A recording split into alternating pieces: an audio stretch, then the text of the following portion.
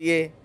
না করছিলাম যা ইচ্ছা কখন হারাদিন আমার লোক এরকম কাজ্যা করে হেয়ানো গেছিল আইসা আইয়া ভাবি ভাবি হুলাই দিছে ভাবিকে বালা করছে আমাকে ঘটনা কিতা কখন গতকালকে থেকে পুলিশ তারা মনে করলে আজকে এত ভায়োলেন্স হয়েছে না অন্যান্য সময়ের মতন প্রধানমন্ত্রীও নীরব আওয়ামী লীগের বড় বড় নেতারা নীরব সেনাবাহিনী নীরব কইছে ফোলাফাইন রাজপথ নামছে আর কিন্তু খেফান যাইতো না বালা তো তাইরে কইছে কাটা যাইতো ভাবির জালে গেছে কই ছাত্রছাত্রীর আন্দোলনের মধ্যে বাধা দিত ভাবি আমি যাওয়ানোর সময় কইছিল যাইচ্ছা কয় না ভাবি পথ পাইছি পথ বাঁচাইতে হবে তো এরকম পথ বাঁচানোর লাগা গেছিল যাইয়া সাধারণ ছাত্রছাত্রীরা চুল ধরে টান দিয়া দেখছে যে জুইনারিকের তেল দে নাকি তিব্বত কদুর তেল দে আবার গালের ভিতরে কি সুনু মাখে সেটাও নাকি এরকম ছুঁয়া ছুঁয়া দেখছে আবার বাবির জালও কম যারা খাইয়ালায়াম এরকম শব্দ টব্দ ব্যবহার করছে অন্যদিকে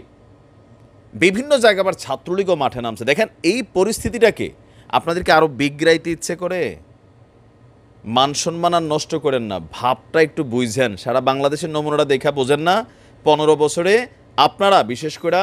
ছাত্রলীগ আজকে তোমরা দেখো সারা বাংলাদেশের যেই ছাত্ররা ধরলাম আমরা যে এই ছাত্রছাত্রীদেরকে জামাত বা বিএনপি এরকম মোটিভেটেড করে রাজপথে নামাই দিয়েছে তাহলে তোমরা কেন ডাক দিয়ে তাদেরকে রাস্তা থেকে তুলতে পারো না ওয়াই 15টা বছর ক্ষমতায় এত এত প্রোগ্রাম এত এত কর্মী কোথায় আজকে এই যে সাধারণ মানুষ রাজপথে এটা দেখে একটু পালসটা বোঝার চেষ্টা করি এমনি অনেক বিগড়াই ফেলছো সেই প্রথম দিন থেকে বিগড়াই ফেলছো পদ পদবি বাঁচানোর জন্য ফেসবুকে স্ট্যাটাস দাও ভালো কথা কিন্তু রাজপথে নামতে যায় আজকে উত্তরাতে যে 2টা লাশ পড়ছে একটা তো শিওর আরেকটা আমি জানি না যেটা কতটুকু সত্যতা আছে এগুলার জন্য তো ভাই অনেক কিছু হয়ে যাবে আজকে ঘটনা হচ্ছে চট্টগ্রামে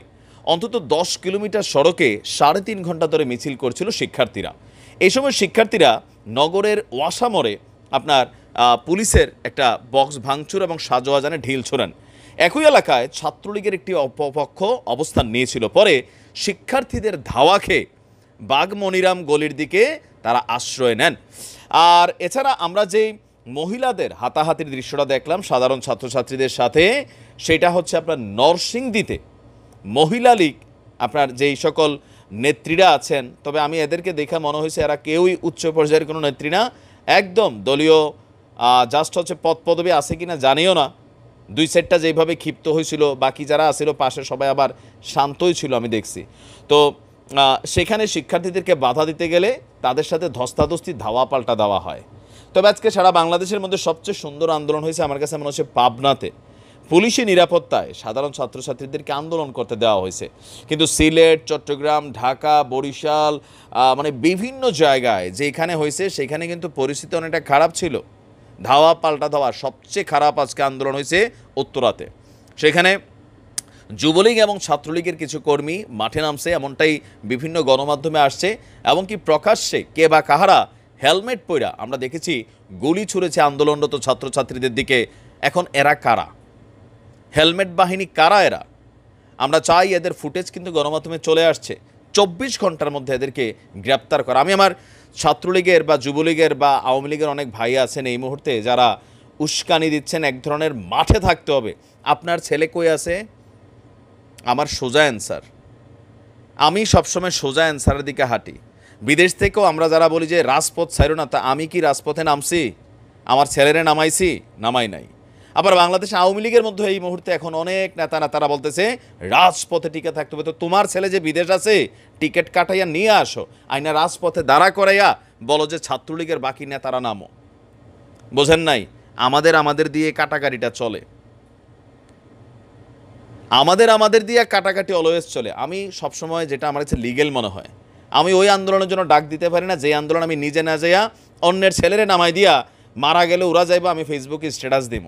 এটা প্রবাস থেকে আমরা প্রবাসীরা হই আর দেশের থেকে আওয়ামী লীগ যুবলীগের নেতারা হোক যে রাজপথে ঝাঁপাই পড়ো যারা আহ্বান দেয় তারা পয়সা কামাই লাইছে দেশে বিদেশে বিলিয়নস অফ টাকা বানাই ফেলছে এদের ছেলেরা সব বিদেশ থাকে উচ্চ শিক্ষা নিচ্ছে তুমি কি করছো এইসব আহ্বানে কারুর সাড়া দেওয়ার সুযোগ নাই বাটে পড়লে এইসব নেতারা দেখো না 2 ডজন প্লেনে করে আগেই ভাইগা গেছিল আবার আসছে আবার চলে যাবে পরিস্থিতি খারাপ হলে তুমি কিন্তু এখানেই থাকবা কেন এই হানাহানি আন্দোলন করতেছে করুক সরকার আছে উপরে বহুত বড় বড় মানুষ আছে, তারা নেগোসিয়েশন করবে। তুমি রাজপথে নাইমা পরিস্থিতি খারাপ করে না অতি উৎসাহী হইয়া। মানুষের কাছে এখন এই মুহূর্তে যে কোনো একটা ঘটনায় পুরোটা পরিস্থিতি আবার আউট অফ কন্ট্রোল হইতে পারে। ঘরে ঘরে ঢুইকা, ওই যে মেসে মেসে ঢুইকা উত্তরাতে কিছু অ্যাক্টিভিটিস চলতেছে, এগুলো বন্ধ করো, পরিস্থিতি খারাপ হবে। ভালো থাকুন। আসসালামু আলাইকুম।